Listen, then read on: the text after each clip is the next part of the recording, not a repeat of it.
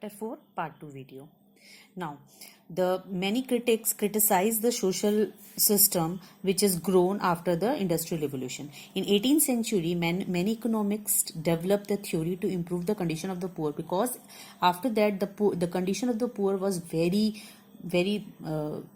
sad. The poor were suffering from many sides. So the many socialists criticize this theory, the socialist criticism. Okay, the socialists attacked on the evil associated with the Industrial Revolution. They want to improve the condition of the common people. They oppose capitalism. Robert Owen from England and Frenchmen like Saint-Simon, Louis Blanc and others were the famous socialists of the 19th century. They criticized the society system of that time because the condition of the poor were very sad. Now the second one is the Karl Marx and the Friedrich Engels. We know the name of the Karl Marx and Friedrich Engels. Their socialism is based on the communism of present days. Karl Marx and Friedrich Engels wrote a book named The Capita, which is based on the scientific socialism. In 1848, both of them wrote the Communist Manifesto. Karl Marx have a different view on the socialism.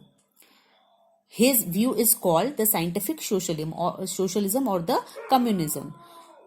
Now the difference between the earlier socialist and the Karl Marx. Earlier socialists propound peaceful development for worker, as the Karl Marx was in the favor of the violent uprising of the worker. Earlier socialists in favor of the working under the capitalistic system, where the Karl Marx wants the destruction of the capitalistic system, because Karl Marx was totally opposed of the capitalism. So he wants the violent uprising of the worker.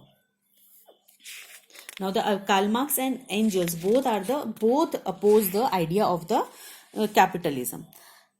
Colonialism, expansion as the outcome of the Industrial Revolution. Under the capitalism, the primary purpose of the production was profit. So the maximum profit, they increase production and minimize the wages of the worker. For new market Europe countries looked at the overseas like Asia, Africa, where the industrialization had not taken place. So Industrial Revolution made European countries depend on the Asia and Africa for economic and industrial development, and they led the colonialism by the European power. In 19th century, the government of Asia and Africa were very weak, so they offered the European powers to establish their colonies here. England, France, many European powers established their colonies outside the Europe, because there they find a huge market of this Industrial Revolution, because these countries, Asia and Africa, were the very backward country, like because they are very weak also, and the industrialization not rise there that time. Like England, Britain and England was the foremost colonial power in the world. The Battle of Plassey in 1757 marked the beginning of British colonial empire in India and changed the socio-economic life of Indians. In Southeast Asia was also under the control of the British. France holds a few trading ports on the Indian coast and obtained position in some Chinese provinces. Holland, the Dutch colonial empire, conquests the island of the Sumatra and slips, etc. Portugal and the other power has position in the India, China, Serbia, West Central Asia. Now here we can see the many European powers come in the Asia and Africa and send their colonies empire there, because these Africa and Asia countries were very weak. Now, development of the communication and the transportation.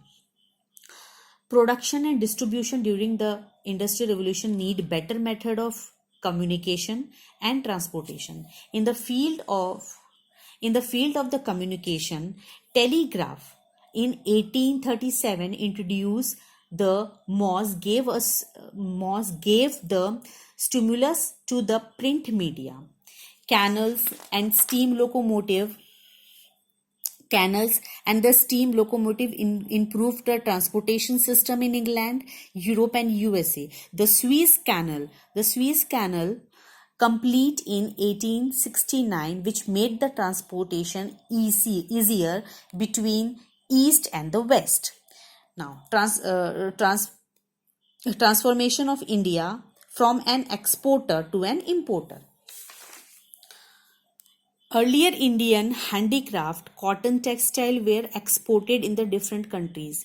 India was the world's largest producer and exporter of cotton textile, but industrial revolution in England completely changed Indian economic relation with it. They found India as a market of their goods, and goods were cheaper because of machine making, and the Indian handicraft lost their foreign market. Not only this, but England forced India to export raw material to England and again import the finished good from there. Like this it become the importer. India become the importer from the exporter. India was the jewel in the crown of British Empire because it was a rich source of raw material and a beautiful place to travel. Colonial rivalries and European imperialism. Great need supply of raw material could only be ensured if the powerful nation owned or controlled a large extent of the underdeveloped nation. European countries started their expansion in overseas. Why their expansion in overseas? Because number one, in search of the new market and the buyer or selling their goods in the new overseas market, they find a new market and buyers for selling their goods. To protect their industries, they raised tariff or taxes against each other. Rate of interest were higher in underdeveloped nation. In Asia and Africa, political domination was inevitable to protect the market from the other European nation. Gnostic nationalism. Nationalism in late 19th century came to be associated with the Jignosism. European nations developed a myth of their superiority over other peoples. Even writers of that time openly support this idea and also imperialism. Asia and Africa were the soft target of their ideas because they were the weak countries. Lack of industries, new source of cheap raw material, weak militarily, inefficient administration, all these are the cause for the imperialist conquest of Asia and Africa. Now, China, earlier Macau and Canton were two only ports for the foreign trades in China, but in defeat in the Opium War, forced to allow the major concession to the British. Between 1894 to 1898, most of the important economical region of China came under the control of the foreign power. In Africa was also known as the Dark Continent because it was a little known to the outside world. Till 1875, not even one-tenth of the Africa came under the control of Europe. Within few years, the entire continent was cut up and divided into European powers. Egypt became the contentious issue between France and Britain because of the Suez Canal loan.